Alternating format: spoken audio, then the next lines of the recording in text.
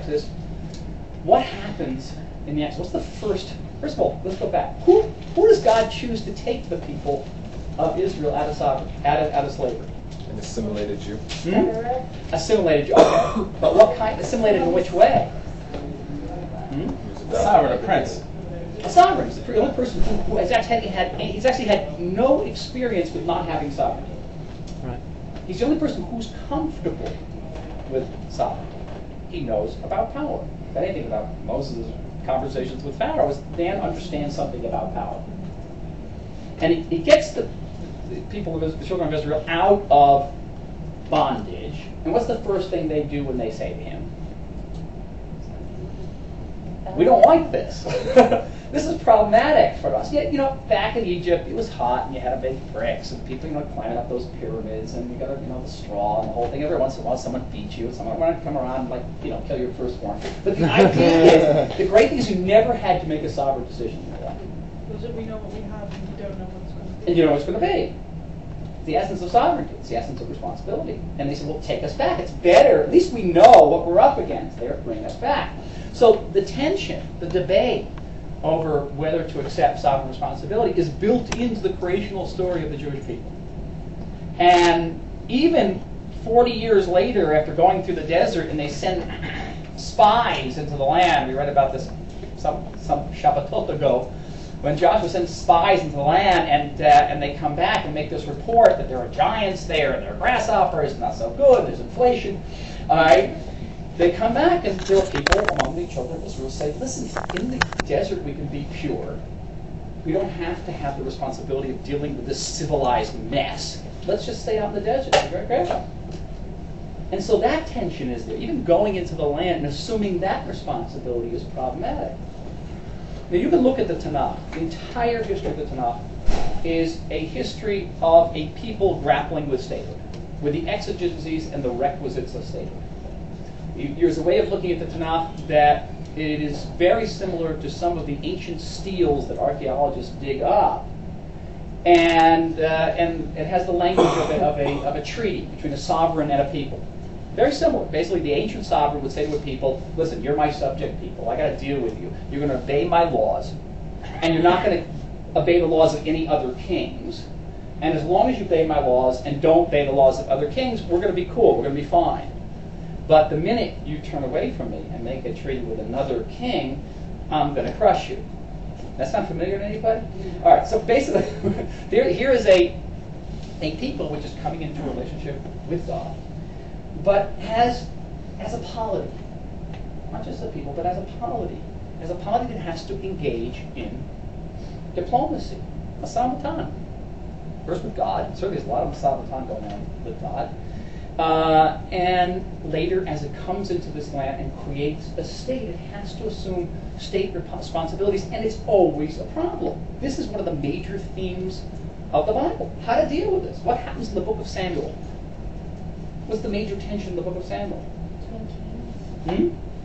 Between the kings. Do you have a king or not have a king? Do you have a king or not have a king? And the people come to Shmuel and they say, listen, we want a king. And Shmuel says, you don't want a king. He's going to tax you. He's going to steal your women. He's going to send you out to battle, so you're going to die. He's going to steal your wife. That, it's all there. But the people say, well, other people have kings. We want a king.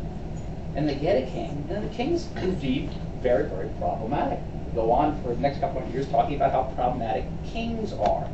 And things become even more complicated for the Jewish people and their polity, as it's very clear that this is not going to be a major power in this area of the world. In fact, this Jewish state is going to remain a relatively small and powerless Jewish state. It's going to be crushed between huge empires, Babylonia and Assyria and Egypt. And somehow the leaders of the state are going to have to exhibit statecraft. And so there's a huge leap from, say, the book of Joshua, where he has to make a sovereign decision, he checks it out with the Almighty first, and the Almighty tells him whether it's right or wrong, to the books of Ezra and Nehemiah, where you're dealing with the people who are in exile, and they got to worry about whether they're pouring the wine right for the king, and they got to make sure that they're very, very delicately maneuvering without the assistance of God, because God is someone you pray to who's not exactly going to give you directions about how to conduct your foreign policy. Extremely difficult. And the fact of the matter is, folks, the Bible is the story of a failed experiment in statecraft. We lose the experiment. We blow it. We blow it not only once, we blow it several times. And by the time of the Common Era, in the Roman period, we are blowing it definitively.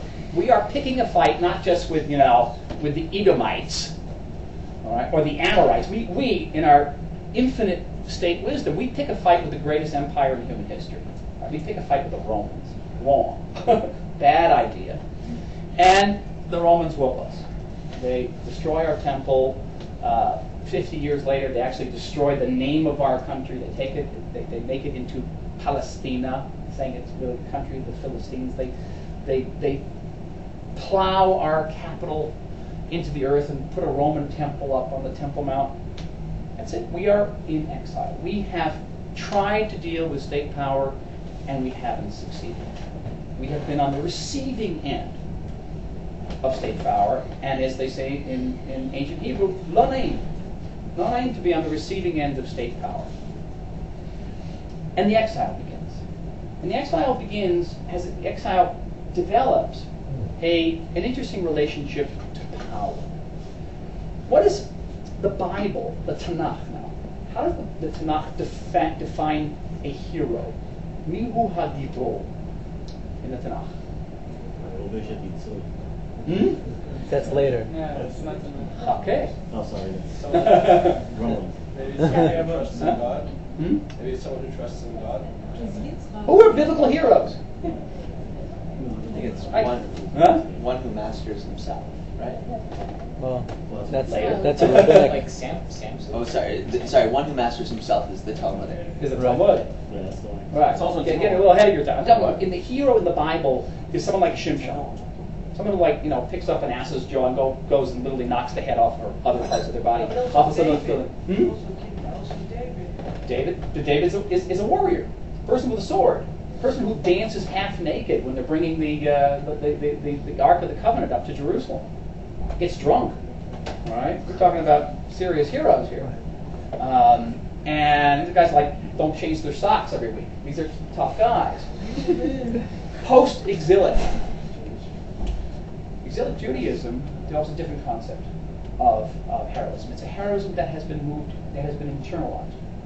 It's no longer a person who picks up a jawbone and goes and smacks his enemies on the head. It's no longer a person who tears down a pagan temple, but as a person who can, according to PICZ, the person who can control his own yetzer, his own desires. So the battleground has become very internal. And that is a reflection of what's happening in the Jewish communities in general, because they have become internalized. They can make certain decisions. Occasionally they actually decide on their sewers and their land posts, but they can't make the basic sovereign decision. The basic sovereign decision, of course, basically to defend oneself. They can't even make that decision.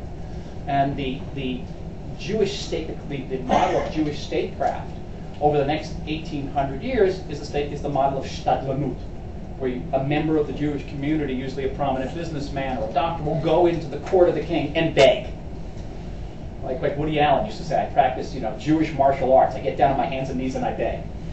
He's referring to something that's classically diasporic. What is the shtadlan? He goes in and he begs, basically, for the Jewish community. He doesn't go in and threaten, if you kick us out, we're going to do terrible things to us. Please don't kick us out.